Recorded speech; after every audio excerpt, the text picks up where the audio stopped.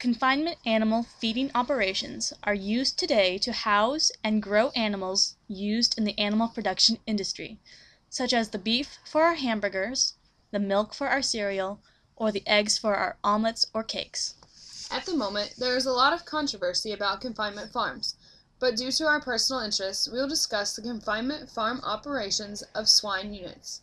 To get an idea of where the controversy comes from about CAFOs of swine, let's go through the life cycle of a pig on a confinement farm. Piglets are born from their mother, which is called a sow, in a farrowing crate. This farrowing crate allows the piglets to move around and lie together under heaters, but keeps their mother from laying on them or harassing them. When they get older and stronger, they are weaned from their mother and moved to a nursery where they are raised to a certain weight on a carefully designated diet. After that, the pigs are taken to a finishing barn where they finish growing. These systems are usually moved together in groups so that they are all in and all out. This keeps disease from spreading to pigs that come in later to the nursery or the finishing barns. After they have finished growing, the pigs are taken to market. Thus, we have bacon, ham, and barbecue baby back ribs. Some of the controversy that the animal rights activists have with this type of farming operation stems from misinformation and bad publicity. For instance, the farrowing crates that keep mother pigs from lying on her litter of piglets is thought to be too restrictive and therefore inhumane, and it is portrayed by the media as being so. To combat some of this propaganda, Dr. Ragland, DVM and section head of the Animal Production Unit at Purdue University, agreed to have an interview about swine confinement operations.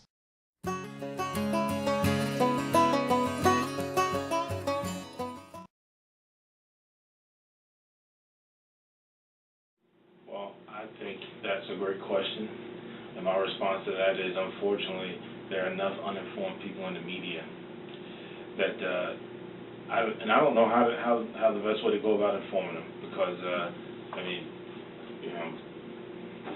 was in school 8 years to get my DVM, and I've got years of experience now.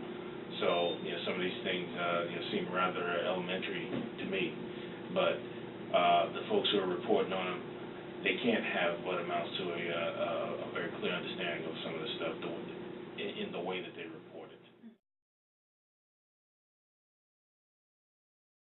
Well, as far as that's concerned, firstly, I have a very good working relationship with the folks in the lab animal programs office, so that helps.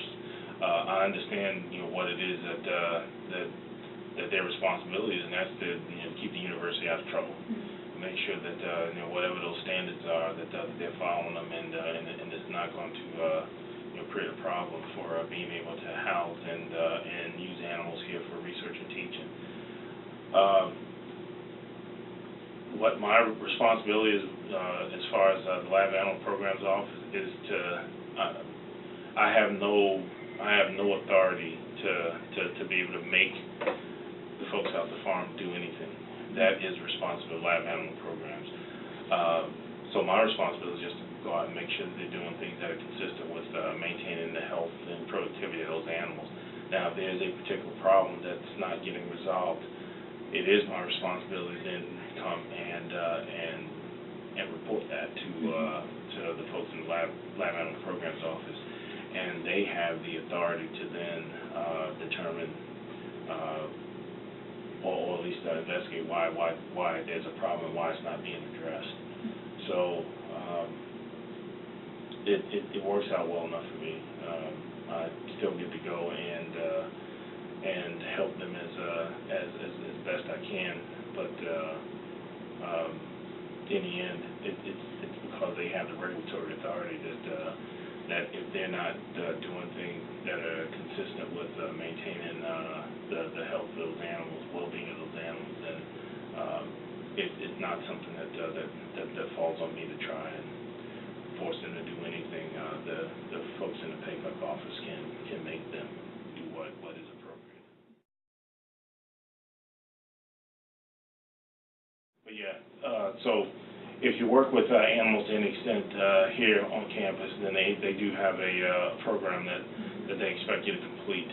where you learn about complete forms, what is acceptable as far as housing, what's acceptable as far as research protocols, and I think it's probably a good thing in that hopefully it keeps people from making mistakes as far as things that they do in their research and use the animals for teaching or testing and that sort of thing. That they if they understand what the rules are, then they're not apt to do something wrong. Well, as a veterinarian working with swine, I think this movement to try and get rid of crates is a very bad idea. Now, the animal rights groups and what have you say that getting these pigs out of crates and into pens or what have you is much more desirable because it's more natural setting, they're not confined, so on and so forth. But my concern with, especially with breeding animals, my concern there is, and with you being an employee out of the farm, if an animal gets hurt, say she injures a claw, she's in a pen of 6 to 8 other animals, and feed hits the floor, gets into the feed pan. Is she going to get outperformed because she might have trouble being able to get up and fight off those other animals? I mean, yeah.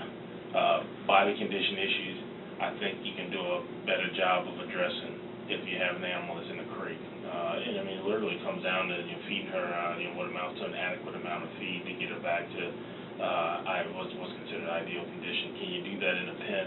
It's awful hard because these pigs, they have these hierarchies that they observe also, and where you've got sows that are more aggressive than some that are less aggressive. Then what happens a lot of times, depending on the type of feeding system that they have, those more aggressive animals get the most to eat. And if you've got one that's a bit thin and needing to put on some additional pounds and not nearly as aggressive, then she might be out of luck. So being able to tend to things like injuries, being able to manage sow body condition, I think with these pigs being in crates, we can do a better job of addressing all of those things, as opposed to if they're in a pen in a social environment where they are literally at risk of getting beat up constantly or getting outperformed because there's more aggressive animals in that group. I'm not in agreement with that at all. As you can see, education and reliable sources are key for understanding any industry, especially the animal production industry. CAFOs, in particularly, have silently sustained the criticism of animal rights and welfare activists for years, with little support by the media and the general public. While the gossip of confinement farm operations is easy enough to believe and pass on, the truth about CAFOs is much less dramatic and profane than what the rumors allow. Hopefully, with the greater ability to educate the general public, the negative stereotype that confinement animal farm operations have been labeled with can be changed into a more positive and understood image.